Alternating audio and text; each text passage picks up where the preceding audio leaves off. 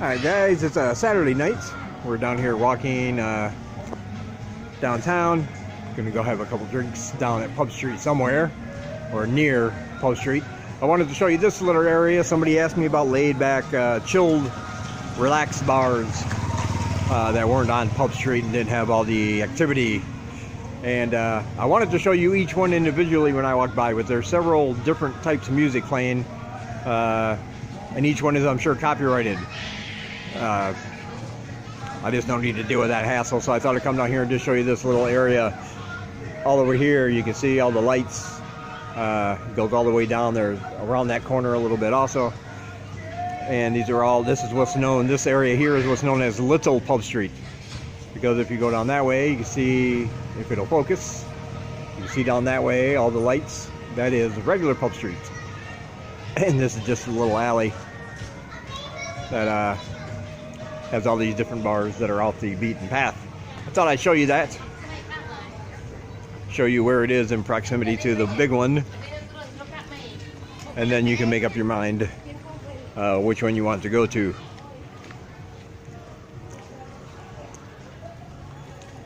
But yeah, it is night, and my camera does not work well in the dark. It doesn't want to focus, it looks like. This is getting to be pretty blurry. But anyway, it's still early too. It's only like 5:30, maybe 6 o'clock, something like that. Once it gets to be about 9, 10 o'clock, it's going to start picking up.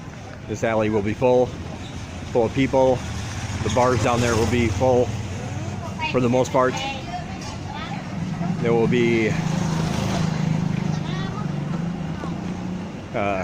lots of motos, lots of tuk-tuks, and the like.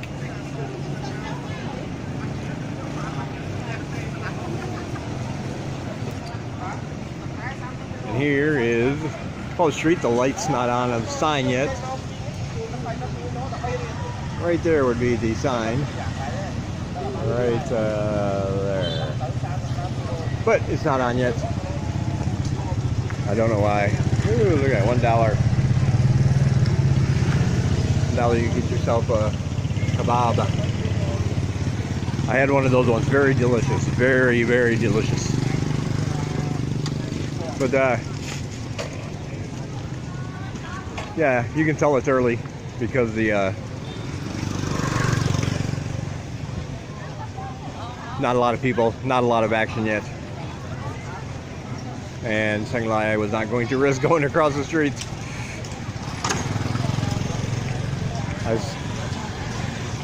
I swear to God, I'm more Cambodian than she is. I'll just go. Cross my fingers. She's probably going to live longer though, but still, I'm more adventurous. I take that as a win. So we have, of course, there was a bar there on the corner where you see that big fence. Earlier this year, while doing some construction, it collapsed. A couple of people were injured, a couple of people died, and they just put this fence up. I'm not sure if it's ever going to get rebuilt or what's going on. I don't know. But here's one of the many bars in this area. The hanging signs, the infamous Angkor Wat bar. That's a nice little place for backpackers and partiers. That's not a chill bar. That's one if you really want to party. Their motto is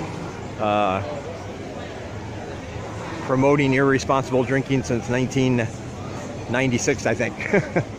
So they're very proud. Come in here, cheap beer, drink a lot of it. It's all good. Some more places to eat. Yummy. All right. Hello. There you go. You can get Tex-Mex and Steakhouse Cafe, pizza, massage places.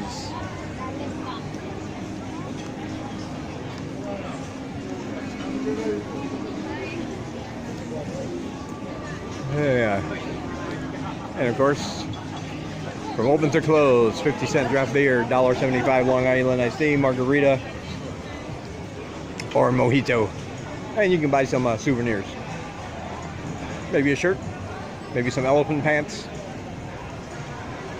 All of it, all in the same spot. So that's good. This bar here gets a lot of flack sometimes. The Temple Bar is the biggest, most well-known bar probably on Pub Street. And late at night, they do have a sound system that will absolutely rip your eardrums to shreds. But they always also have a lot of people. A lot of people down here dancing in the streets, drinking, having a good time. So while a lot of people try to avoid the Temple Club because of the noise and things. Oh, and it does continue down there, by the way. But right now we're just going this way. So while it, you know, it does get noisy, and if that's not your thing, certainly understand. But the young people seem to love it. They're here. It's high season now. I've noticed myself personally a lot more tourists in town, a lot more foreigners than normal. So yeah, the high season is definitely here, and they cater to the high season people. That's where they make their money. So I try to give them a break. If I don't like it, I just won't go there. You know, I wish more people could be like that. You don't want to watch it on TV, change the channel. You don't want to listen to it, shut it off. You don't like somebody's opinion on Facebook, either you know, block them or just don't pay attention to their posts. It's, to me, it's a really simple thing that some people don't understand. Anyway, Beatnik Bar right here. This is where we'll sit, have a couple beers. You can see a nice little area outside where you can sit. Yeah, pretty nice. Oh, and there's the, might as well get this. There's the big Pub Street sign all lit up, so. There, you can say you've seen the sign now. All right, gonna have a beer or 6, and I will talk to you guys later. All right, so we just left Beatnik's Bar. It's a little after 8. Got 4 beers there. Nice colorful green lights. I think they're supposed to be different colors, but a lot of the strands are out. Probably green and red for Christmas.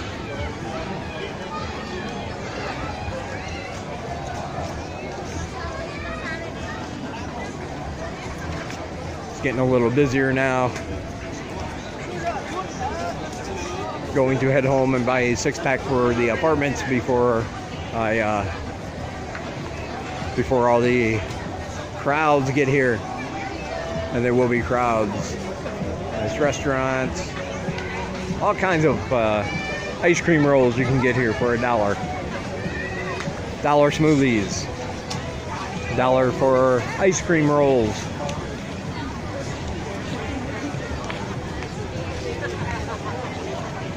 And you can put your feet.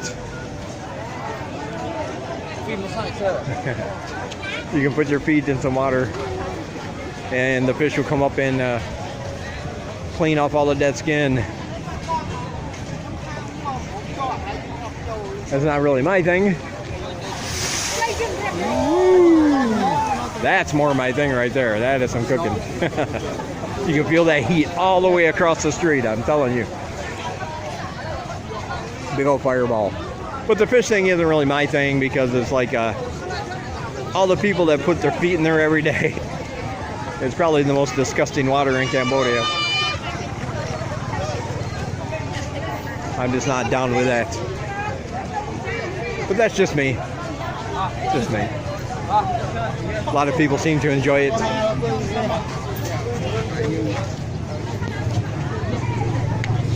All the tuk-tuks lined up here, as you can see, waiting to take passengers to their destinations.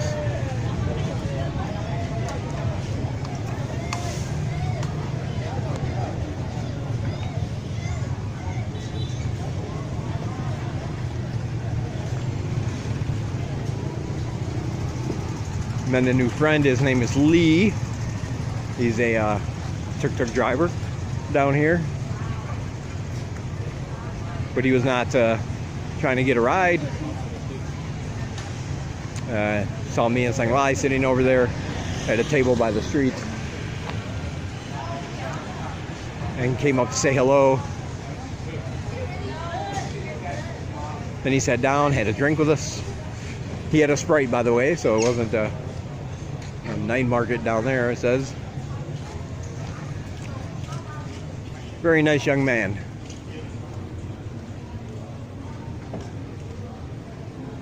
Hello, sir. Hello. Like some Indian food? Oh, I would, but not tonight. But it sounds good.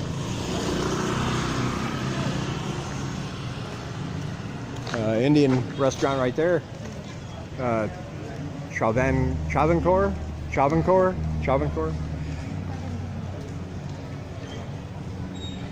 And maybe that's where somebody can help me out. We have a lot of Indian restaurants in the town here. I've always been interested in eating real Indian food. A lot of dishes I'd really like to try. So somebody out there knows which one is the most authentic. I don't want any watered down versions of their food. I want as close as possible that you can get outside of India, authentic Indian food. So if anybody knows out of all the Indian restaurants here which one would fit that description, let me know in the comments below. I have a lot of subscribers that have been here before. They've eaten here a lot. So if you're one of those, well, let me know. Oh, more Christmas stuff.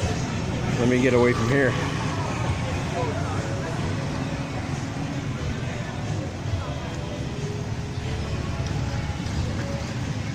But I guess you can expect that down here in the most touristy area in Siem Reap, downtown here by Pub Street.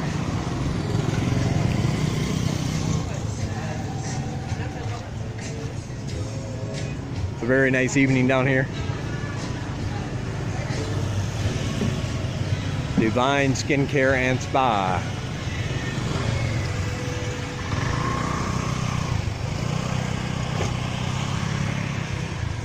We can get a pancake.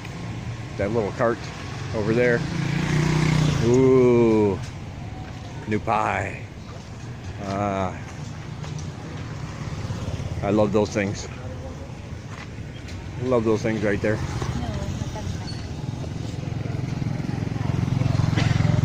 Yeah. No, I do like them though. It's just steamed dough, and inside is a big ball of pork with onions and egg in it. It's very delicious. It's another Indian restaurant. North and South Indian food, Lotus. The Lotus Indian restaurant. Is it authentic? When I walk in, sit down and eat, will I feel like I'm in India? That's what I want to know from somebody who has experienced it before.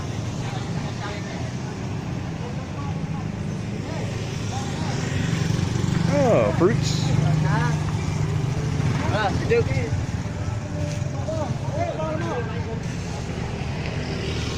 Yes, again, as always, I apologize for the quality of the video, but it is at night. I'm using my phone.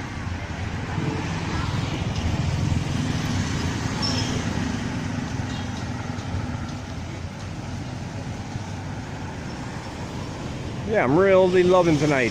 Very mellow, weather-wise and people-wise.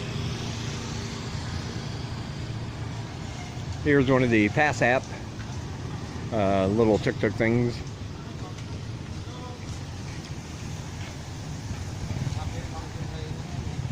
They're like the Uber here in Siem Reap. You can download the app, press a button, they'll let you know where your driver is, how long before he arrives, just like with Uber. It's metered, and you'll know how much you're going to spend when he does, just by looking at your app. Your app and the driver's app should sync up.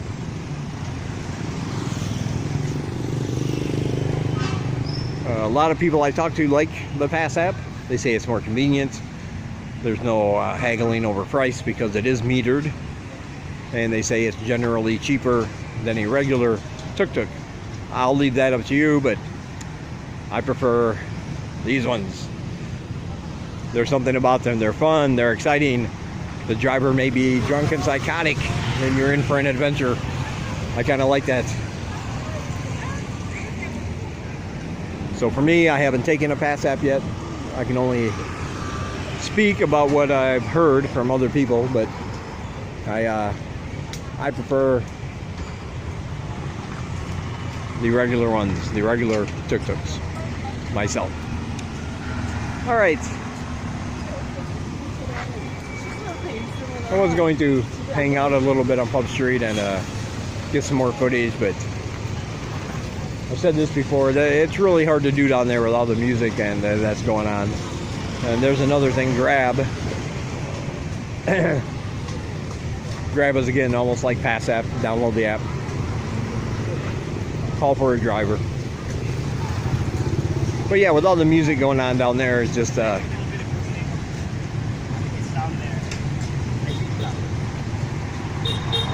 not something I don't want to record that way, where I'm yelling and screaming trying to get people to hear me. And it looks like we have an impasse. Yeah, let me just go around. Yeah. And here's where walking comes in handy. The Pass app can't get through. The bikes can barely get through, but I can squeeze by.